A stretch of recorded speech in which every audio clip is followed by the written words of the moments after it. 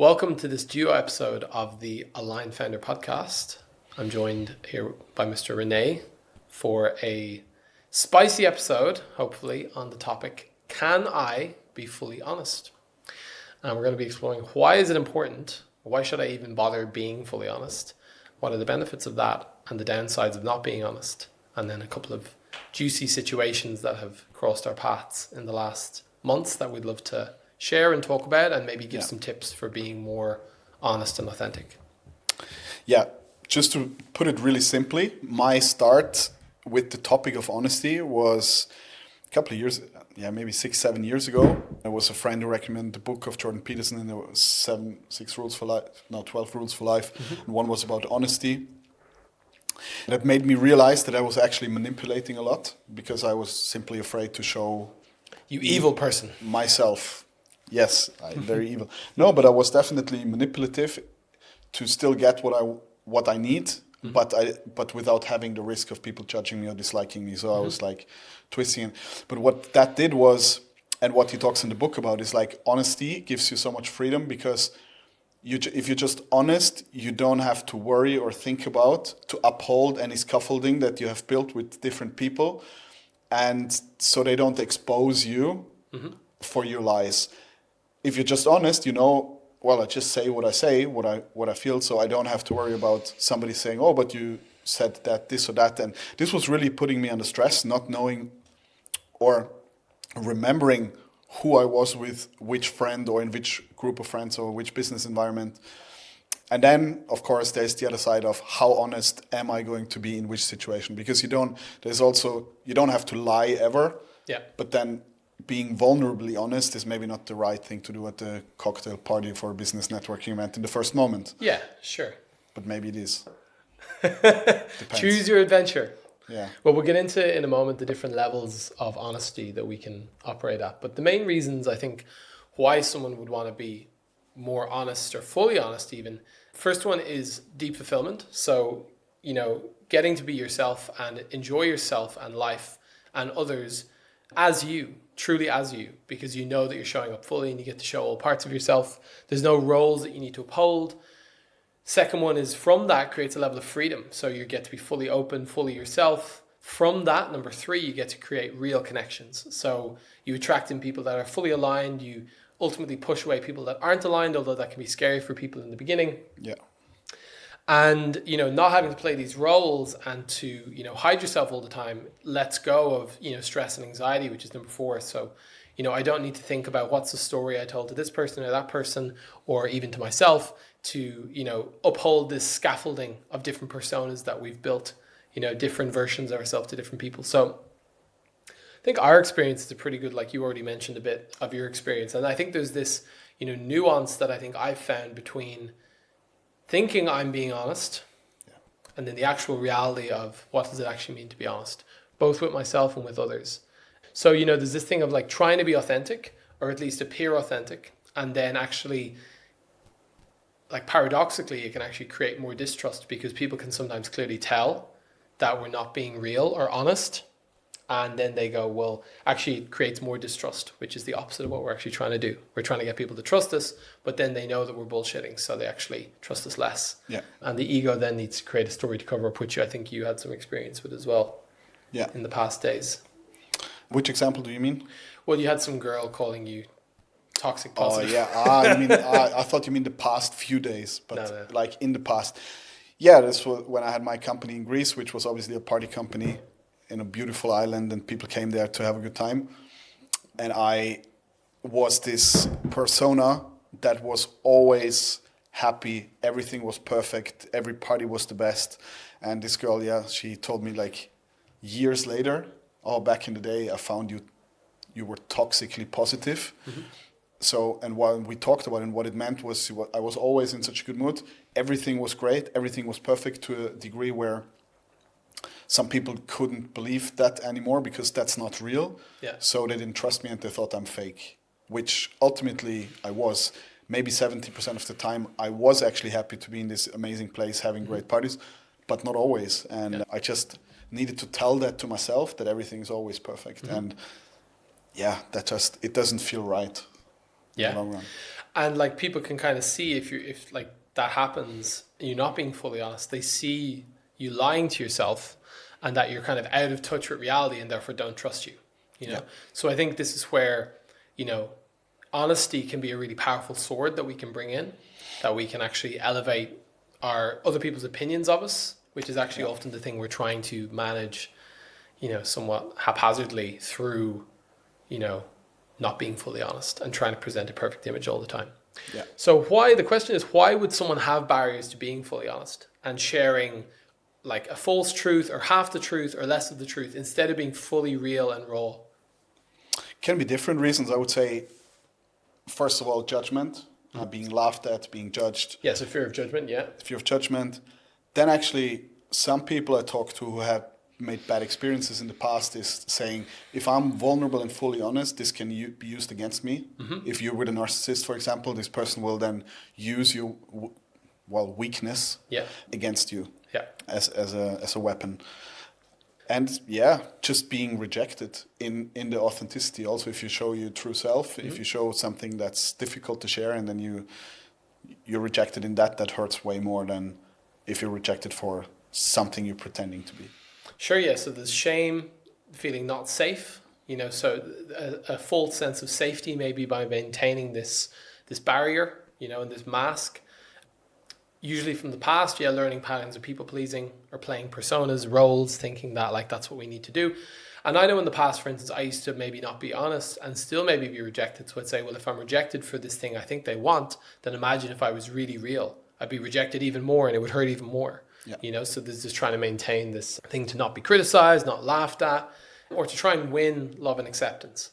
You know, I use this example of like, you know, a small child going to her dad looking for an ice cream, you know, and she goes, Daddy, can I have an ice cream? And he goes, no. He goes, Daddy, can I have an ice cream? No. I want an ice cream. No. I want an ice cream. Give me it. Okay. And so the child will try many different strategies with their caregivers to get what they want and get their needs met. And they learn that certain ways really don't work and certain ways work really well. And then they just repeat them for the rest of their life and find people that match with them. So it's a great example. Yeah, one of the things can be people learning early on that being honest doesn't get them what they want.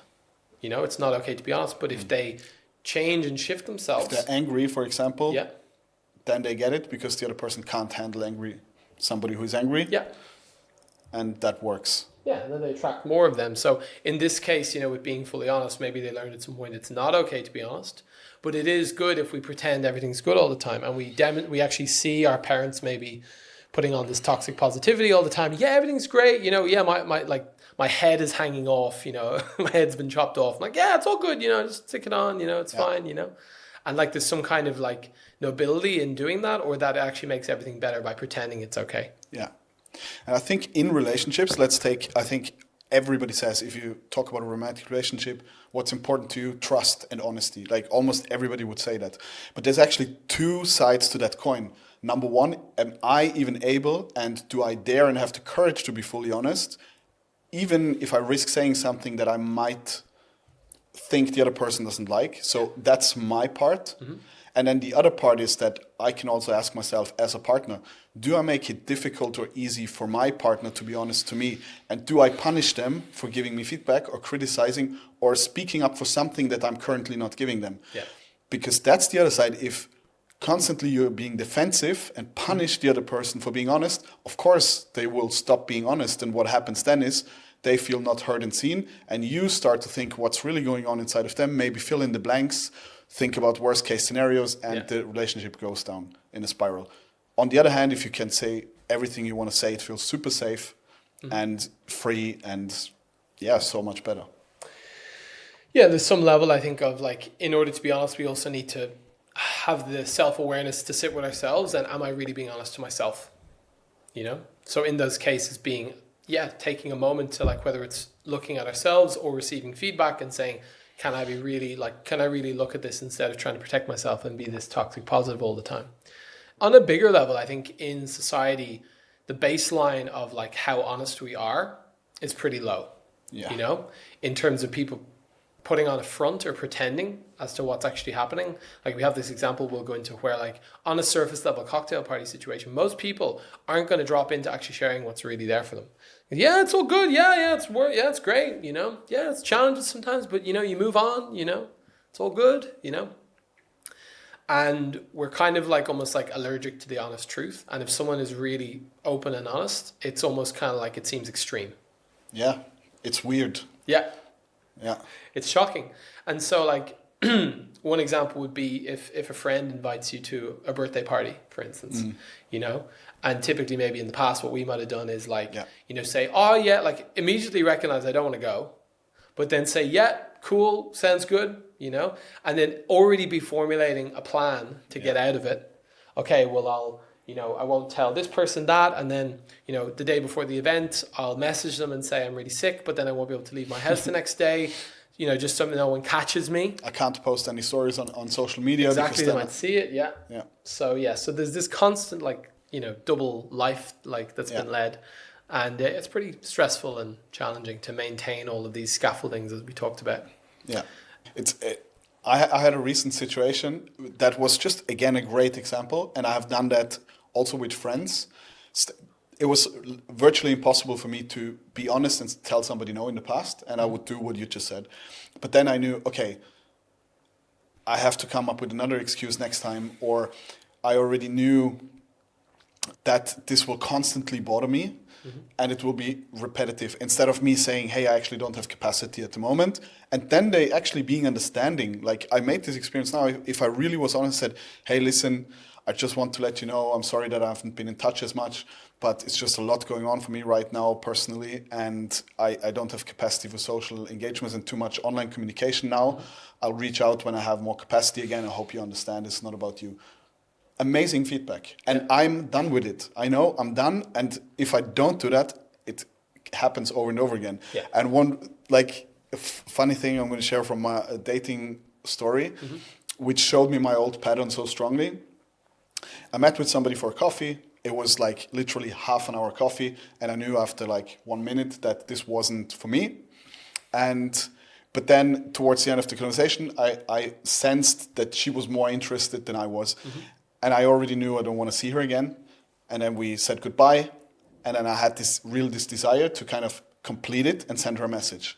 You know how difficult it was for me to simply say, hey, thanks for meeting today. For me, it's not a match to continue this further, but I wish you all the best. In my head, I wanted to write a long text as to why it's about me, as to maybe we can be friends or meet for paddle or go for a coffee, but as friends. And just all of these excuses to make her just to come up with something. Yeah. And I couldn't just say what I wanted to say. And I did it the first, and again, feedback was good. And I'm like, oh, that was so easy. Yeah. But I perceived it as being impossible. And I think if we talk about one of the big barriers of being fully honest, can be particularly if someone has more of a pleasing tendency, is the fear of hurting someone. Yes. I will hurt them and then I'll be a bad person, Yeah. And it's so much projection, and it's so much like it's actually coddling or like kind of believing that this person doesn't have the ability to receive a rejection or a no or a perceived rejection. Like, and also kind of saying, oh, I would hate if someone told me no that I really liked. So I want to save them from that pain. So it's just a whole lot of like trying to, micromanage and, almost like kind of make everything nice for everyone else. It was another big barrier we figured from all our clients, that most people think that the other person that we are afraid to be honest with, we don't accredit them capacity to handle the truth. Yeah. So everybody was thinking, oh no, I can't say that because they can't handle it. Yeah. But then they understood more and more, actually, I have to say it because it's true for me. And then the feedback, again, mostly, it won't always be that way, but mostly was positive, and they were actually super appreciative of knowing what's up. Yeah. Yeah. So this segues nicely into the next section, which is like, first of all, how do I know if I'm being fully honest, and when is the right or wrong time to be 100% fully open and honest, and which level of honesty do I use with whom and when? Yeah. It's basically the kind of nuance we're going to explore. So we had this exercise from our recent retreat, which was like the 5 levels of authenticity, or 5 chilies of authenticity. So the 5 examples is like, one chili is not very spicy, which is a stranger at a networking event, which is like, we talk about a problem to a stranger. Let's say my business is struggling, and it's like, yeah, it's all good. We're doing well, and we're looking forward to Q2, and we're raising some money, and everything's going good. Then maybe if I met 2 chilies, would be like an old friend, someone I knew from the past. I might say to that friend, yeah, business is going well, there's some ups and downs, but that's life, and we keep going, and, hopefully it's going to get better in the future. And then, maybe 3 chilies would be to a close friend I know for quite a while.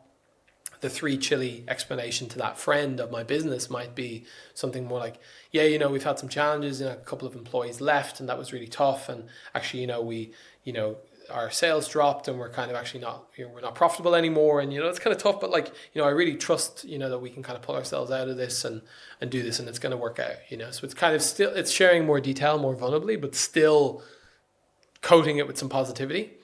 Then level 4 chili would be like a therapist or a coach who's very trusted and confidential.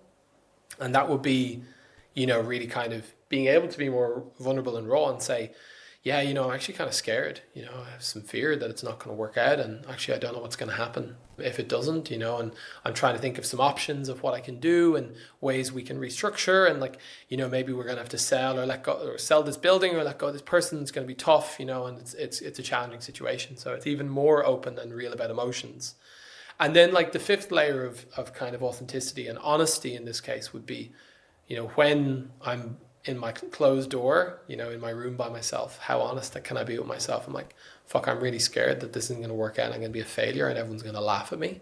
And all those people that I know, and everyone in the city is going to think I'm a failure, and they're going to, I'm going to have to go back and get a corporate job, and I really hate that, and I couldn't do that, and I'm basically going to grow old and die, and no one's going to love me.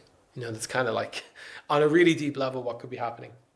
And then there's also this potential level for what goes beyond is maybe layers of this that I haven't even acknowledged or even realized yet in my journey, that maybe in a few years' time I might realize actually looking back on that situation with my business challenge, Jesus, it was even worse than I thought, and there was even deeper patterns at play that I wasn't aware of.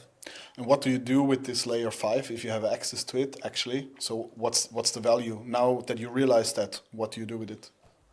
So, if we're talking about those really deep fears and that unworthiness, which is really at the bottom level, for me, it's actually being able to, the freedom I think actually comes from being fully honest about that with trusted people who can handle it. So maybe to my therapist, maybe my close friend, I might say, actually, I'm really scared this is going to fail. I'm going to be a failure, and people are going to see me as that.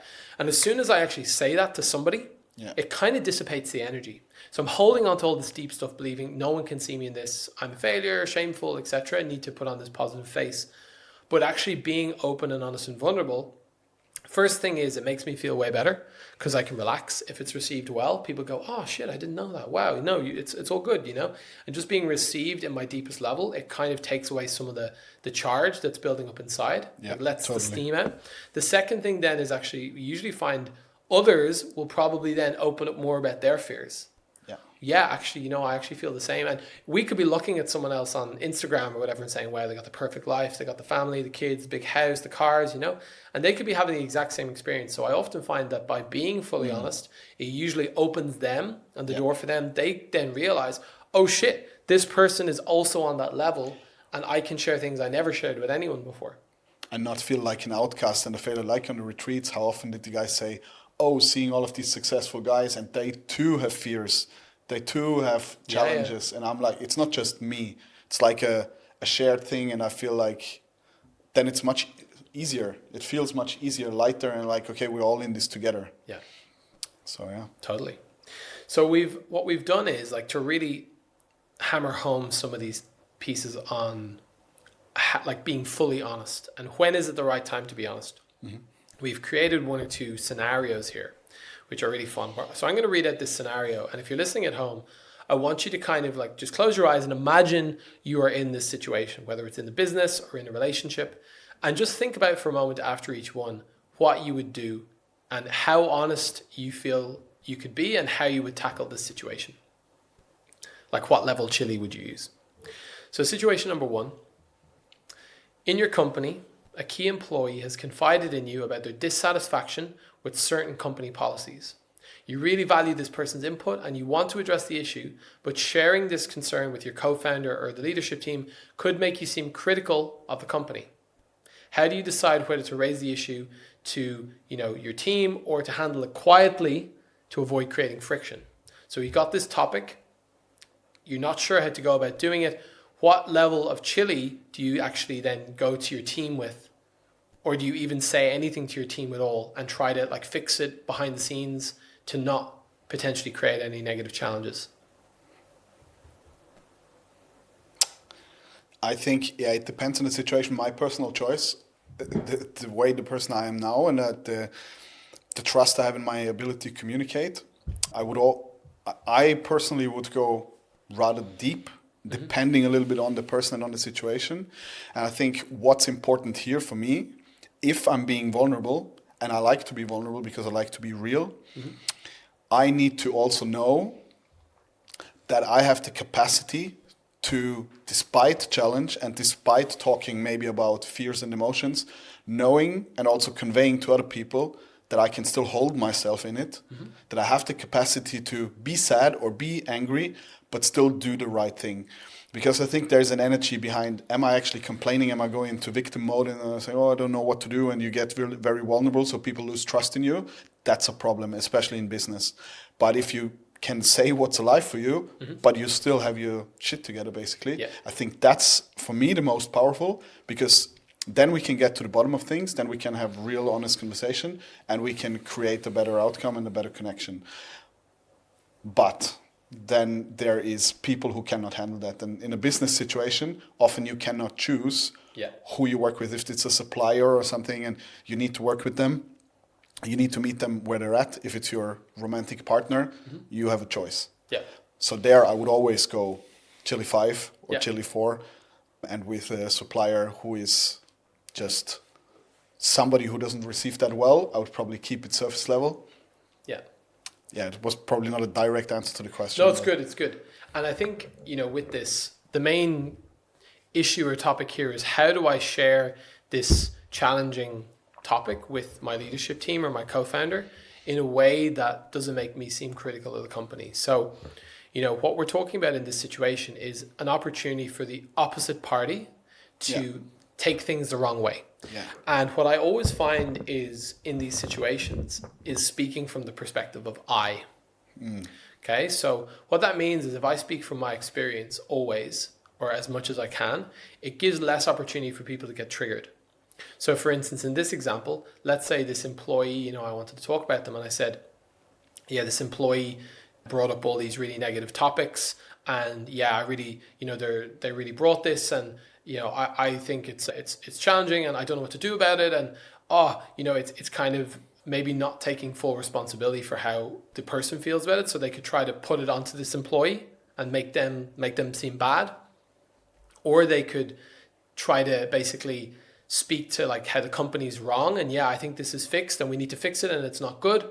And more speaking to an absolute truth. So in this case, if I say, this policy in the company is not good, that might go against what people on the board or my co-founder believes. And they might say, well, it is good. I said, no, but it's not good, However, if I speak from, in my opinion, I think this policy is actually not serving the company, and this person has brought it and I agree, but that's just my perspective, or my opinion, my story is exactly.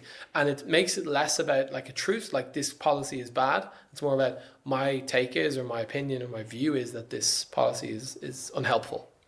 Or even if you don't 100% agree with the employee, you could still say there is an issue that some employees might have with this policy. And I think it's a great opportunity for us to revisit and think if it's a net positive for our company, if there is more people like that, and just open a conversation about it, but without it being accusative. So that's it. So I think, in this case, situation 1, the fully honest piece comes from speaking from I, and that gives almost the ability to speak to really what's going on for us without the opportunity for other people to jump in and make it wrong or bad, because we can always speak from our own experience. And it's very difficult for someone else to discredit that because it's still our experience. So situation number 2 is a bit spicier. because it's to do with relationships. So it's quite a fun one. So there's two parts, part A and part B. So part A, of number 2, you have a close female friend, and while this relationship with the female friend, assuming you're a guy, by the way, so you have a close female friend, while this relationship is purely platonic, you notice that your partner sometimes seems uneasy about this relationship with this female friend and you having this connection. Should you proactively share updates about this friendship to ease your partner's concern, or could this come across as unnecessary and suspicious? How do you communicate this topic to her in a way that builds trust and doesn't create unnecessary conflict? Yeah. Oh, I feel like this is a very big topic because it's going to really depend on my partner and what patterns she has, what past experience she has, how hardly she's triggered by something like this. I would always approach a situation like this with asking her more questions, give her a chance to say what she needs. I would ask her, what makes you feel unsafe about it? Mm-hmm. What do you need from me to feel safe? What can I do to make you feel safe? How do you feel loved? Mm-hmm. And because I think that's the basis of everything in a relationship, feeling love and safety, and everybody receives that a bit differently. Mm-hmm. And then really just letting her speak first and establishing what it is about the situation, where she has a perceived lack of safety or love. And then if it's within my capacity to give her that, but then also sometimes it can be that somebody has a partner where the requests are unreasonable, like you have to write me 10 times a day that you love me, even when you're at work, otherwise I won't feel loved and I won't feel safe. That's a boundary for me that is crossed, and I'm like, this is something you need to work on. And I think that's my handling of this situation will depend on my partner. Mm-hmm. But actually, for me, it's not an option. If it's something that's on my mind, where I feel I am hiding something, mm-hmm. it's not an option for me. Yeah. If it's something that I feel is completely unimportant to the relationship and it doesn't feel like hiding, I might not say anything.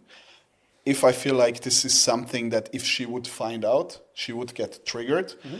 I want to remove stuff like this completely out of my relationship, that there could be suddenly a message when she found out something that I was hiding from her. Yeah. So yeah, I would find the best way to communicate, try to give her love and safety. Yeah. And if it's within reason, we find a solution. If her requests are not within reason, I have to question whether it's the right partner for me. Yeah, and that's a deeper question as to what is within or without of reason, because that always depends as well. Depends on our past. You know, one thing I'd say with this is it comes down to 2 things for me. First of all is my intention. So if my intention is really truly that this is only a friend and I have no intentions with them whatsoever, but my partner still is fearful and feels uneasy, then I can pretty much take, I would say, any confident steps I can to reassure of what's needed. Now, that doesn't necessarily mean cutting this friend out and going above and beyond and like caving to all of her demands to try and make her feel super safe and just shut down all of my life for her. Because like you said, some of it could be her stuff.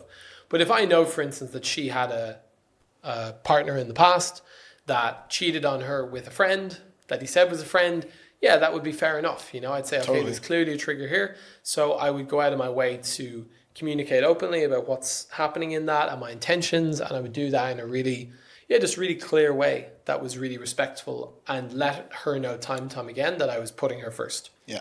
Now, the part B of this kind of alludes to that. So imagine the same situation, close female friend, it's a platonic relationship, but your partner feels uneasy. What should I do? Now imagine this, but in the past, this platonic friend you actually used to have a crush on and you fantasized about her in the past. Now you don't have any intentions to pursue her now because you're in a relationship, but let's just say deep down, you might be interested if you were to break up one day with your current partner down the line. How would you now approach this topic with your partner? And how honest would you be? I don't know. For me, it's very difficult to keep it like super simple because I want to always speak authentically and honestly how I would truly handle it. And I think for me, I need to create a relationship where almost no matter the outside circumstances, I create so much safety and trust by the way I act every day and communicate with my partner, mm-hmm. that if I tell her and look into her eyes and say, I would never do anything that hurts you, mm-hmm. that I want her to trust me on that. Yeah. And that it almost doesn't matter what the outside circumstance is. And also, I mean, that we find different people on the world attractive is actually a rational thing, but for our emotions often in a relation in a romantic partnership, it's still difficult to hear, oh, I find this person attractive, even though we rationally know there's a lot of attractive people in the world. Yeah. So here I think it's very, very delicate on how to communicate this. But I would probably say just, I would never do anything that hurts you. I'm not interested to do anything outside of this relationship. I want you. Yes, she's attractive. If I was ever to be single for whatever reason, if you leave me, then yeah, maybe I'd go on a date with her, but that is so far away from my reality now that we don't even have to worry about it. Yeah, it's definitely a tricky one. And the reason why this is interesting is because like over the past years, there's been a couple of situations I've had where clients would come to me and would share things about like they're in a relationship and they're happy and stuff. And then that these kind of deeper desires would come up, or fantasies, or even maybe acting on those fantasies and maybe moving outside the relationship. And there's been times when they question, is it actually valuable to share that with their partner? Should they actually tell them this information, or is it better that they don't know and they don't find out? Yeah. And for me, it really comes down to a question of ethics. Is that if people really want to be in integrity and honest and authentic and kind of, they can, of course, kid themselves and lie to themselves. But I think if there's a part of me that has a wandering eye and is kind of keeping my options open, then I'm not actually fully committed to my relationship. Yeah. And I think that's something, if that's the case, that I should really look at. That I should say, okay, why is it that I'm not going all in with this partner? Maybe I actually don't really want to be with them, but I'm just kind of too scared to do anything. So I'm keeping options open and kind of safety nets everywhere, so if/when it falls apart. And another one is, if maybe I'm, have some stories about like how love should be, a relationship should be, maybe I'm scared of commitment. So I'm creating these outs, which I could put on like, oh, it's just a friend, it's no big deal, but deep down there's something deeper at play. So if like you're listening to this and you feel there's like maybe situations like that, maybe not in a relationship, but otherwise that deep down, if you're being really fucking honest with yourself, that you're not being truly authentic. And even though you're telling all the right things and you've on the surface with your actions, you've been squeaky clean and you've done nothing wrong, but deep down there's something else, then I really think it can be important and beneficial to open that box and tackle it, and ultimately come back to a place of like, full authenticity and being real. Because chances are they're going to sense it. If there's things happening underneath and there's some certain situations when they ask you a question or you're hesitating or something is off, I think if somebody's really close to you, then they might feel that, and that creates, again, insecurity, and they're going to start to overthink. So it's just so important to speak your truth in a very good friendship, in a romantic relationship. And the thing with truth is that even though it might seem challenging, like to really accept the truth means that we need to actually maybe look at and face some stuff and maybe take some hard decisions, which could have consequences for our lives. What I've found is that the avoidance of that ultimately is what creates the long-term pain, and the choosing to go all in on this truth, even though it can be painful in the short term or even medium term, long term, it's what leads to this deeper sense of, as we said at the start, fulfillment and freedom and real connections, and letting go of this stress and this feeling trapped in this life that we believe we need to stay in. Yeah. And how often did we have situations where people were super scared of conversations and then having them, and they were often painful, a lot of emotion, but what can happen after is a much deeper level of connection, much more trust, because now the uncomfortable things have really been put on the table, so there's no questions left open. Oh, is he or she going to be actually sharing with me if there's a problem? Mm-hmm. Or, oh, he's acting off today, and then maybe they think maybe something's wrong. But if the level of conversation has been at such a tough level, you stop asking yourself, because if there is something tough, it's going to be on the table, so I don't have to worry. Yeah. And it actually makes the whole relationship easier. Totally. Yeah. So to kind of wrap that up and to bring us home, with this being fully honest topic, there's many nuances to these situations. And if you have, a complex life, as most of us do, there's going to be situations that there's not always a right or wrong answer. Yeah. But the main things we can come back to is how vulnerable and honest am I being? First question I would ask is like, what authenticity or honesty level do you spend most of your time at, from 1 chili to 5 chilies? Are you talking small talk all the time? Or are there people in your life you feel comfortable to go to level 3 or even 4 or maybe even 5 with? Where are the areas as well, or the people in your life where you feel you have to be the most guarded or inauthentic with? That's another big one. So really just kind of doing a bit of an audit of your relationships, and where can you be most honest and where do you feel the need to be, least honest?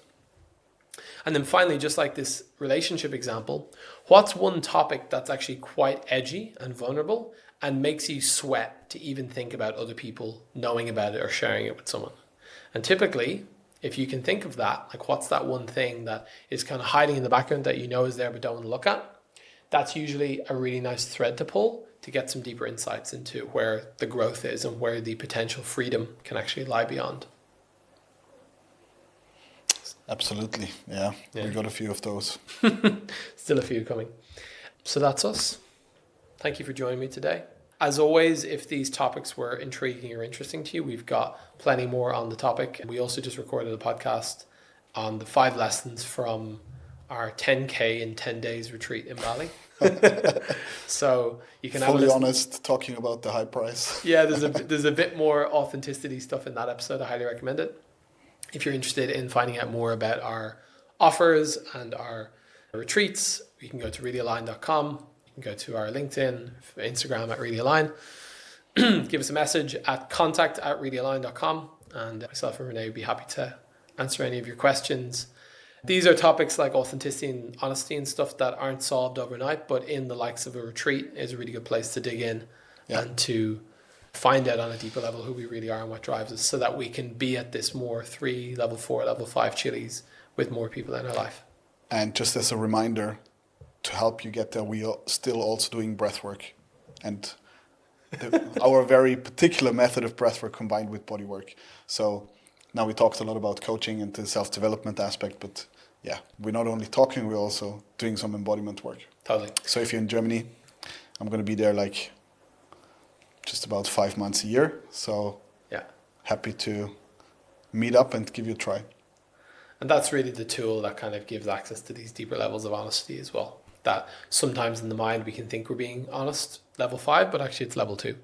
So that can be the thing that cracks us open and realizes, okay, shit, there's more. Yeah, definitely was for me.